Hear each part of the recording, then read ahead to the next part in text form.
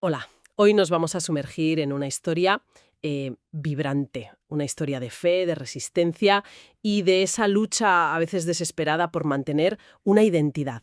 Exacto. Vamos a explorar los libros de los Macabeos, concretamente el primer libro, ¿verdad? Basándonos en las fuentes que tenemos. Efectivamente. Y el objetivo es un poco desentrañar ese momento tan crucial, siglo II antes de Cristo. La opresión seleucida, como una familia de sacerdotes, pues enciende esa chispa de rebelión. Y toda la lucha que vino después por la independencia judía. Una lucha larga y tortuosa, ¿sí? Y veremos por qué a Judas, uno de los hijos, lo llamaban Macabeo, El martillo. el martillo. Un apodo que ya dice mucho, ¿eh? Desde luego. Todo arranca, claro, tras la muerte de Alejandro Magno. Su imperio se fragmenta. Un clásico. Y Judea queda bajo el control de los seleucidas, que eran herederos de uno de sus generales. Y aquí entra el personaje clave, Antíoco IV Epífanes. que el texto lo describe, bueno, sin paños calientes, una raíz perversa. Y vaya si lo demuestra. Enseguida acelera la helenización de Judea. O sea, imponer la cultura, la lengua, la religión griega. Algo que choca de frente con las tradiciones judías más profundas. Totalmente. Aunque, ojo, hay que decir que el propio texto ya menciona que había judíos importantes. Sí, los inicuos israelitas los llama. Eso es, que estaban a favor de asimilarse. Incluso llegaron a construir un gimnasio en Jerusalén, que era el símbolo griego por excelencia, vamos, y abandonaron costumbres como la circuncisión. Y Antíoco, al volver de Egipto, descarga su furia en Jerusalén. La descripción del saqueo del templo es, tremenda. Sí, se llevó todo, el altar de oro, el candelabro, los tesoros. Imagina la desolación, el luto. Terrible.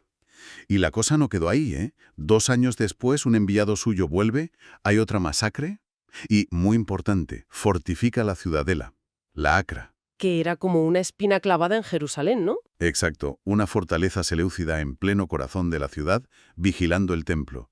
Una amenaza constante, una presencia hostil, vamos. Pero el golpe más duro quizá fue el decreto de Antíoco, prohibir la ley judía. Eso fue demoledor.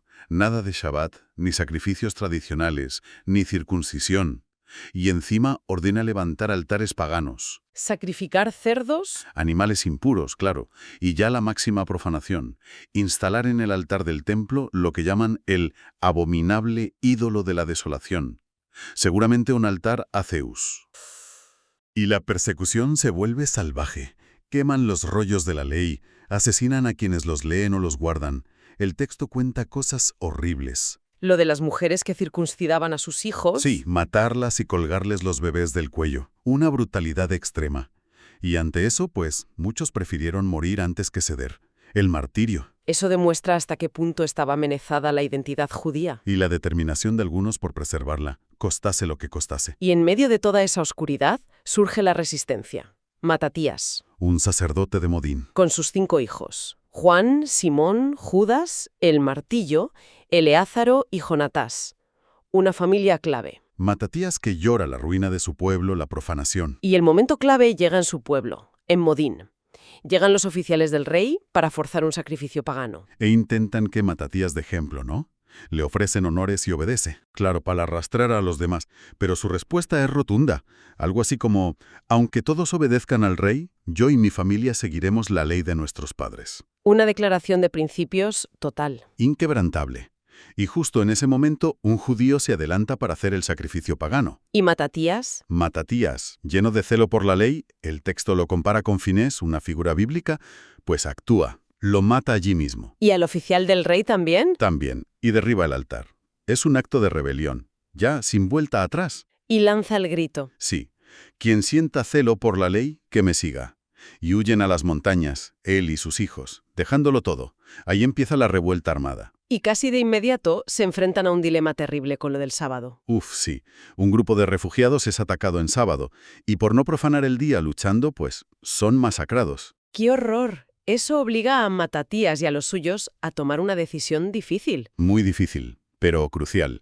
Deciden que para sobrevivir tendrán que defenderse también en sábado. Es un cambio importante, poner la supervivencia del pueblo por delante de una interpretación rígida en circunstancias extremas. Tiene sentido, claro. Y su grupo empieza a crecer. Se les unen los asideos. Los piadosos. Sí, gente muy observante de la ley, Eso le da un componente religioso muy fuerte a la resistencia, y empiezan la guerrilla, destruir altares paganos. Antes de morir, Matatías reúne a sus hijos, les da ese discurso final. Sí, les recuerda a los antepasados fieles, les pide valentía, y designa los roles. Simón, el mayor, como consejero, una figura más de padre. Y a Judas Macabeo, el martillo, como jefe militar. Exacto, deja atada la continuidad de la lucha. Y así emerge Judas. El texto lo pinta casi como un león, un líder nato para la guerra. Y sus primeras victorias son muy significativas, ¿no? Contra Apolonio. Sí, y además se queda con su espada, un gesto muy simbólico. Y luego contra Serón, demuestra su valía militar enseguida. Me fascina el discurso que da antes de una batalla, cuando están en clara inferioridad. Es clave, sí. Les dice que la victoria no depende del número de soldados, sino de la fuerza que viene del cielo. Es esa mezcla de fe profunda y estrategia militar. Que va a ser su marca personal, por así decirlo. Totalmente. Esa combinación es fundamental para entender a los macabeos. Y esa fe se pone a prueba rápido. Antíoco IV se enfurece por las derrotas. Y manda a Lisias a aplastar la rebelión. Con un ejército enorme. La situación parecía desesperada. El texto incluso dice que los mercaderes ya iban detrás con cadenas. Para comprar esclavos judíos. ¡Qué barbaridad! Sí, sí. Daban la victoria seleucida por hecha. Y los judíos se reúnen en Masfá, un lugar de oración. Ayunan, rezan. Es un momento de buscar la ayuda divina antes de la batalla. Y entonces llega Emaús, un ejemplo brillante de la astucia de Judas. Engaña al general enemigo, ¿no? A Gorgias. Exacto. Gorgias intenta un ataque nocturno sorpresa, pero Judas se le adelanta. Mueve su campamento y ataca por sorpresa al resto del ejército seleucida, que se había quedado atrás, más confiado. Y la victoria es aplastante. Increíble. Consiguen un botín enorme. Y Judas ahí demuestra prudencia, ¿eh? Frena a sus hombres porque sabe que las tropas de Gorgias andan cerca. Claro, no había acabado la cosa. No. Pero cuando los de Gorgias vuelven y ven el humo de su campamento principal ardiendo, huyen despavoridos. Una victoria total, táctica y audacia puras. Y Lisias vuelve al año siguiente. Con más tropas aún. Pero Judas vuelve a derrotarlo, cerca de Bethsura.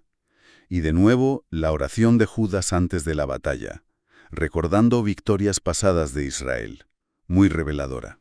Y después de estas victorias, llega el gran momento, purificar el templo. Uf, sí, uno de los momentos cumbre de toda esta historia. Lo encuentran desolado, dice el texto, con plantas creciendo en los atrios como si fuera un campo abandonado. ¡Qué imagen más triste! Se ponen manos a la obra, limpian todo, construyen un altar nuevo. Es curioso el detalle de las piedras contaminadas del altar antiguo. ¿Qué hacen con ellas? Las guardan aparte, esperando que un futuro profeta diga qué hacer. Un respeto escrupuloso por lo sagrado, incluso en esas circunstancias. Hacen utensilios nuevos, vuelven a encender la menorá, el candelabro. Y justo 3 años después del día de la profanación, El 25 de Kesleu, o Kislev, dedican el nuevo altar, con sacrificios, música, una alegría inmensa. Y ahí instituyen una fiesta anual de 8 días para recordarlo. Hanukkah. Hanukkah, la fiesta de las luces o de la dedicación, que se celebra hasta hoy. Y después, claro, fortifican el monte Sión y la ciudad clave de Bethsura. Pero la lucha no ha terminado, ni mucho menos. ¿Qué va? La restauración del templo enfurece a los pueblos vecinos, idumeos, amonitas. Empiezan a atacar a las comunidades judías que vivían entre ellos. Y Judas y sus hermanos tienen que salir a defenderlas constantemente. Campañas en Galaad, al otro lado del Jordán, en Galilea. Sí, Judas y Jonatás van a Galaad, Simón a Galilea, y el texto subraya algo casi milagroso, que en la campaña de Galaad, al volver, no habían perdido ni un solo hombre. Para enfatizar la protección divina, ¿no? Claro. Y contrasta con lo que pasa en Judea mientras ellos están fuera. Los comandantes que dejaron allí desobedecen, atacan por su cuenta buscando gloria. Y son derrotados. Exacto. Y el relato lo interpreta claramente. La victoria, la salvación de Israel, estaba reservada para esa familia, los macabeos. Dios los había elegido a ellos, no a cualquiera. Y mientras todo esto pasa, muere el gran opresor, Antíoco IV. Sí. Fracasa intentando saquear un templo en Persia, le llegan noticias de las derrotas en Judea, y cae enfermo. El texto dice que en su lecho de muerte reconoce que sus desgracias son un castigo por lo que hizo en Jerusalén. Un final un poco amargo para él. Sí, en tierra extraña. Pero su muerte no trae la paz, ¿eh? Le sucede su hijo pequeño, Antíoco V, con Lisias como regente. Y vuelven a invadir Judea, con elefantes de guerra. Uf, los elefantes. Debía ser aterrador. Y ahí ocurre el acto heroico de Eleázaro, otro hermano macabeo. Que se sacrifica. Sí, ve un elefante muy adornado, piensa que lleva al rey, carga contra él, lo mata, pero muere aplastado. Un acto de valor individual tremendo, aunque tácticamente, No cambió el curso de la batalla. Tuvieron que retirarse. Betsura cae. por hambre, sí. Era año sabático, no habían podido cultivar. Un detalle práctico importante. Y sitian Jerusalén. Pero sorprendentemente, se firma la paz. Sí, porque Lisias tiene prisa. Otro general le disputa el poder en Siria. Así que conceden libertad religiosa a los judíos, pero incumplen parte del trato y derriban las murallas del monte Sión. Una paz muy frágil. Y otra vez, movimientos en el tablero político seleucida. Siempre. Ahora aparece Demetrio I, otro pretendiente. Escapa de Roma, llega a Siria, reclama el trono, ejecuta al joven Antíoco V y a Lisias. Y con él viene Alcimo. Alcimo, sí. Un judío helenizado que quiere ser sumo sacerdote y que acusa a Judas ante el nuevo rey. La división interna judía. Siempre presente.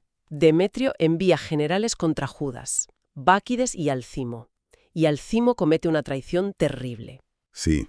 Siendo sacerdote, engaña a un grupo de asidios, gente muy piadosa que confía en él por su condición, y los masacra. ¡Qué horror! Después llega otro general, Nicanor. Amenaza con quemar el templo. Pero Judas lo derrota. En la batalla de Adasa, Nicanor muere. Y exponen su cabeza y su mano en Jerusalén, como advertencia. Sí. Incluso establecen un día festivo para celebrarlo. Hay un respiro.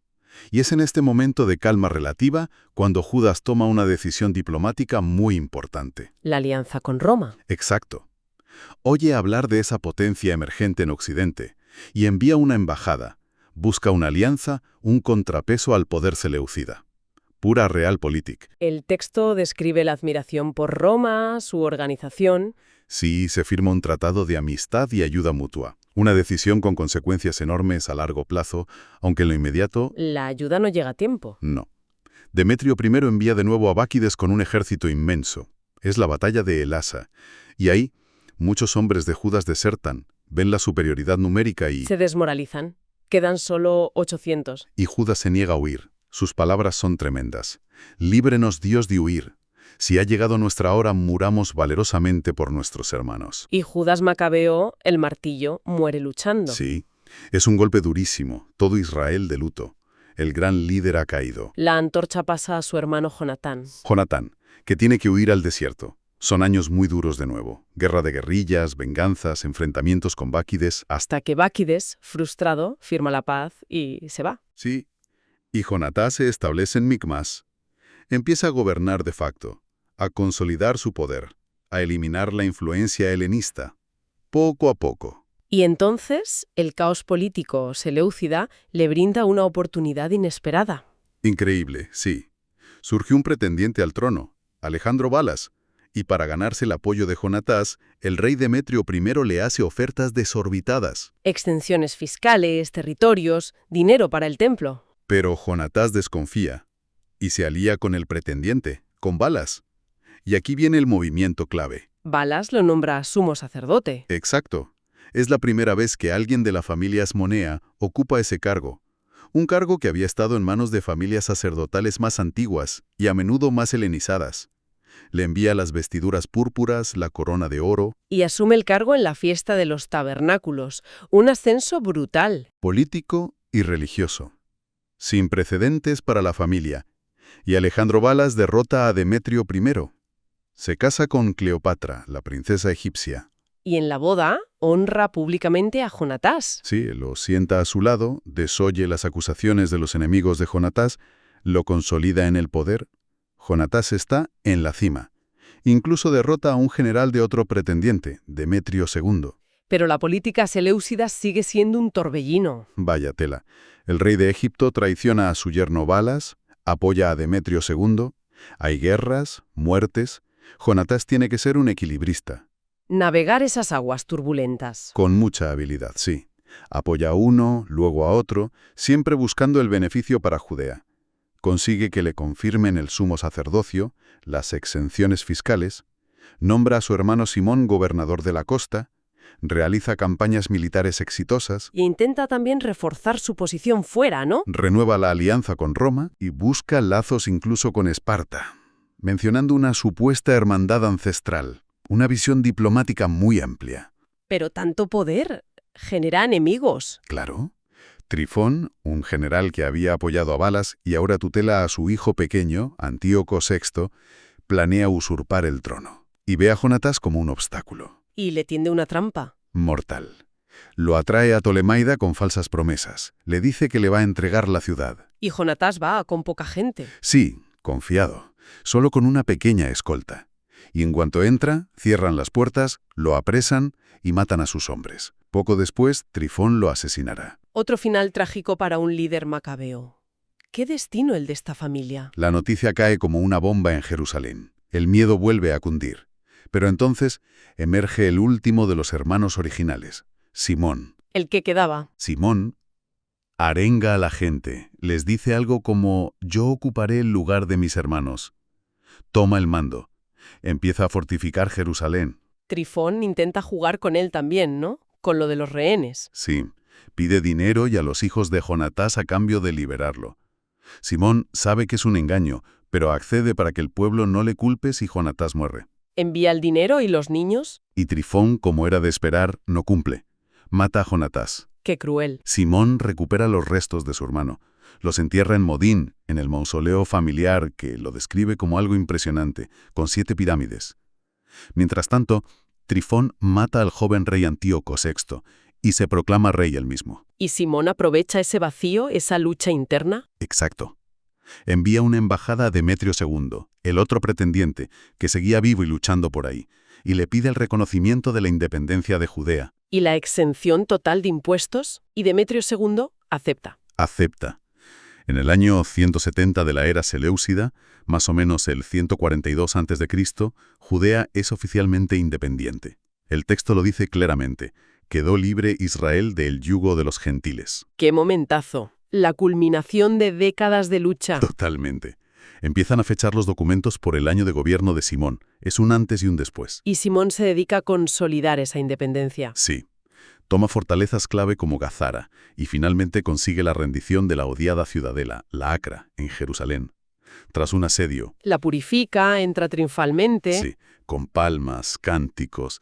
Establece otra fiesta anual para conmemorarlo. Y nombra a su hijo Juan, el futuro Juan Hircano, jefe del ejército. Prepara la sucesión. El relato describe un periodo de paz y prosperidad bajo Simón.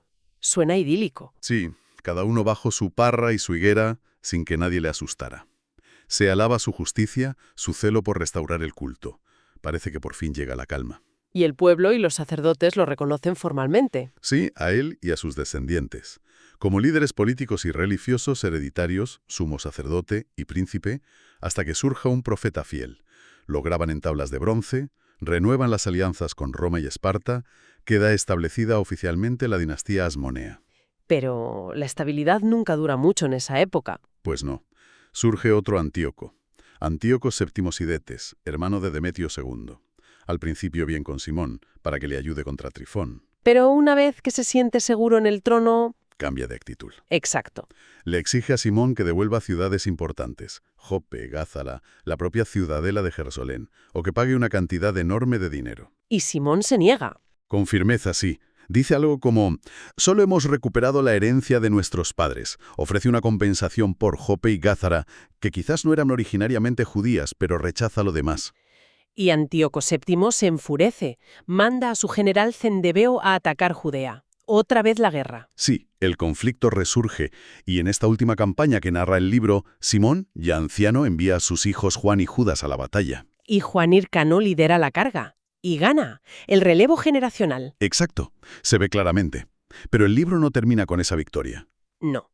Termina con otra traición. Sí, Simón es asesinado, junto con 2 de sus hijos, Matatías y Judas, durante un banquete en la fortaleza de Doc, cerca de Jericó. ¿Y quién lo mata? Su propio yerno, Ptolomeo, el gobernador de Jericó, por ambición de poder. Intenta matar también a Juan Hircano, el heredero. Pero Juan Hircano se salva. Sí, le avisan a tiempo, consigue sobrevivir y prender a los asesinos. Y así termina la era de los hijos de Matatías, los que empezaron todo. El libro cierra diciendo que las hazañas de Juan Hircano ya están en otro libro, ¿no? En los anales de su pontificado, un libro que lamentablemente se ha perdido. Nos quedamos con las ganas de saber más por esta fuente. Vaya recorrido, ¿eh?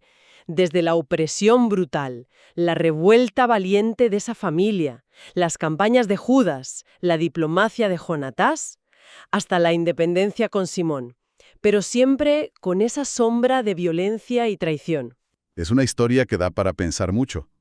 La lucha por la identidad frente a una cultura dominante como la helenística. Esa tensión constante entre la fe, la confianza en Dios y la necesidad de actuar con astucia militar, política. Las complejidades del liderazgo en tiempos de crisis. Exacto. Y cómo una familia de sacerdotes de pueblo acaba fundando una dinastía real y sacerdotal que va a marcar el destino de Judea durante un siglo. Y quizás, para terminar, una reflexión. La gesta de los macabeos fue sin duda crucial para la supervivencia del judaísmo. Sin ellos, la historia habría sido muy diferente. Desde luego. Pero viendo esas luchas internas, las traiciones, los finales violentos de casi todos los líderes, ¿qué nos dice esto sobre el precio del poder? O sobre los dilemas que surgen al defender una identidad colectiva, aunque la causa parezca justa. O cómo resuena hoy esa mezcla, ¿no?, de fervor religioso y pragmatismo político y militar, tan característica de los macabeos. Son preguntas que quedan ahí flotando. Ahí lo dejamos. Hasta la próxima.